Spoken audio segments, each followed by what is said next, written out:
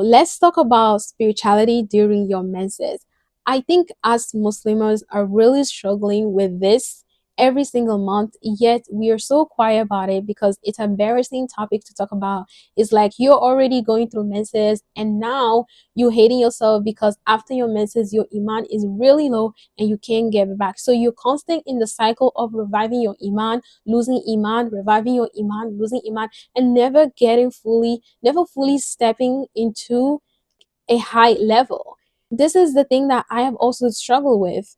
One of the big reason is that we have only catered prayers to be the single biggest component in increasing our iman. So every single time we don't have prayers, we are left. The right thing to do is to cultivate other aspect of religiosity. That means increasing salawat of tasbih, increasing reading of Quran, increasing learning of any topic of the deen. That's it. You have to create a total separate routine that is different from your other day-to-day routine. This separate routine is a must-do routine that you have to do during your menses so that your iman can be maintained until the day you're going to start praying. I think we all know what to do during our menses. I don't need to reiterate. If you don't know, Google it.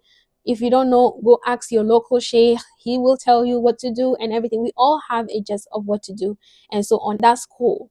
However, we have to get into the habit of how can we maintain ourselves so we don't fall into this cycle, this routine cycle.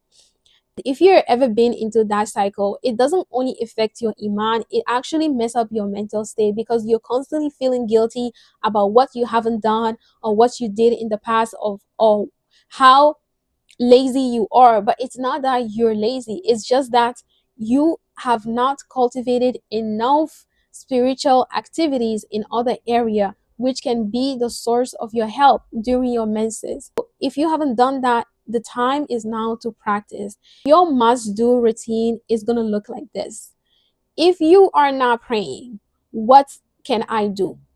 That's your research. You have to do your research. We are not just limited to prayers. We can also do azkar. So I do azkar. I used to see my mom literally at night or in the morning. She'll have that big tasbih and they just sit there and doing that tasbih. She will wake up during Fajr time. We are still not exempt to not wake up for Fajr. I know some of us have really deliberating pain. And I know we are not just struggling to get back our Iman, we are also struggling to maintain our health because we are also stressed about our period because it's painful sometimes and it just leaves us out of the routine. So I understand it because I've been through there and I'm still working on it. I still haven't got it perfect, but I'm just letting you know what I've realized so that you can start implementing it in your own routine as well. So do your own research. What else can I do? Okay, you can do tasbih. This is tasbih is the greatest thing you can do. Also, I know that during your menses, we are also being purified. Since we're experiencing pain and weakness, any dua that we make is more easily acceptable. So that's a hack right there. Make a lot of duas, okay? And also, when you're in this stage, your sins are more likely to be forgiven because you're experiencing a pain.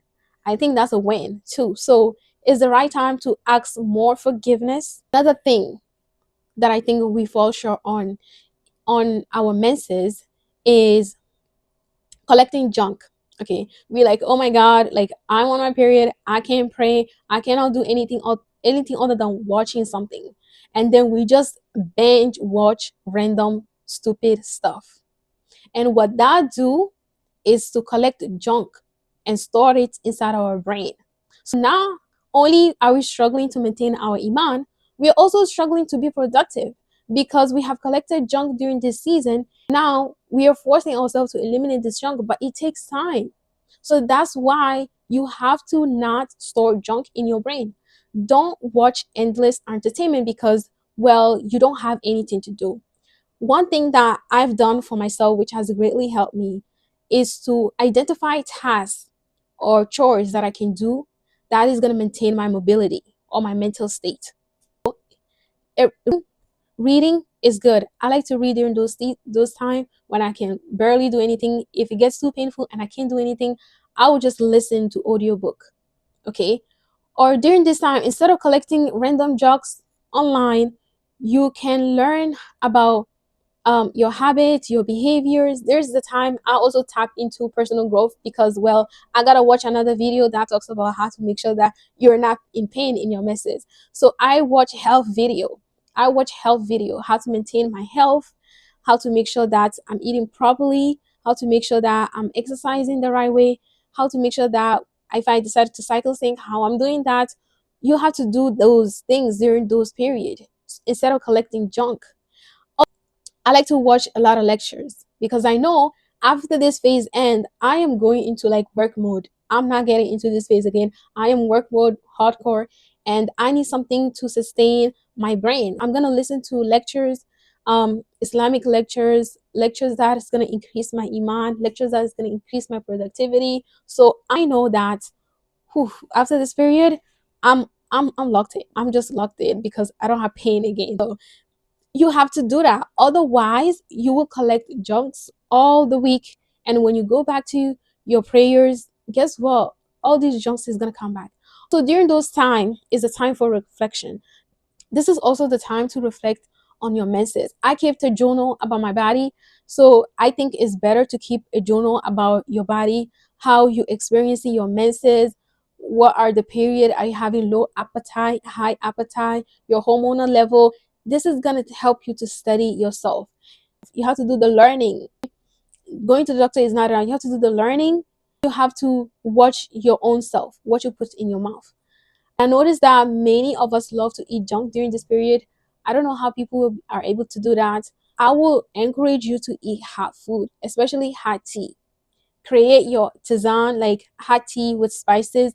I like to put ginger, homemade ginger, and garlic, and lemon, and star anise, all the spices that you have at home. Cook them and drink them during this season instead of taking like dairy and oily food. That's just gonna create more of what you're already experiencing. So during your menses, your must do routine for your spirituality is to stick to the basic. Okay. And I know you can pray, you can read Quran, you can read the one that has translation. You're not forbidden to listen to the Quran, you're not forbidden to not read, to read. You can engage with Quran learning, you can engage with Quran reading for the book version, you can engage with tasbih. Tasbih has to be your best friend during this. You have to cultivate that behaviors. Otherwise, I'm telling you, you are going to go back into your prayers feeling like you're starting from zero again. We all know that feeling. If you ever experienced that feeling, you know how frustrating that feeling is because you're not only struggling with your iman, your prayer is out of whack, and then you don't even know where to start off. You hate yourself all the time because, well, you hate yourself for being a bad Muslim. Last but not least, you have to connect yourself to Allah constantly. The amount of time I fall back and I get up again and I go back to Allah is like I cannot count. You have to go back to Allah all the time. You have to go back to Allah. You have to have a rules for yourself. What are the things that are non-negotiable for you? You know, just because you're in a friend group, everybody's tolerating sort of certain behavior and it's derailing your iman, and now your people pleaser is hanging there doing the same thing. You cannot be doing that. So you have to set a rule for yourself. What is really stopping me? What is really stopping me? How can I live by this rule?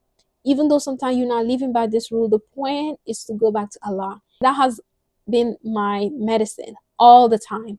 And honestly, I cannot tell you enough. When people talk about and spirituality, they often talk about the universe and so on. I'm sorry. I'm sorry. We have Quran, okay? We have Quran and the Sunnah. We don't have to do all these. We don't have to go anywhere. All we have to do is put our head down and then practice what has been taught to us and what has been given to us and just embrace it. Just embrace the challenges.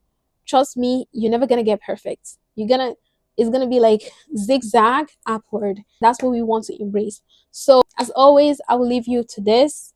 So keep yourself together and stay alive.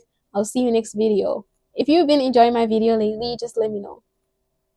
Subscribe. Don't forget to subscribe because we are heading into 1,000 goal. We are heading into 1,000 subscriber, and that's the goal.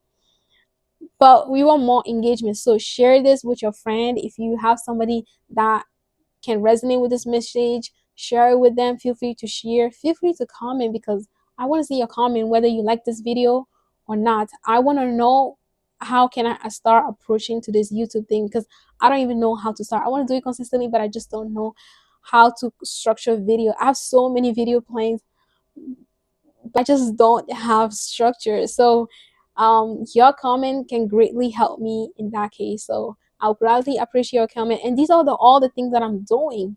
I'm doing for my luck in season, for my spirituality.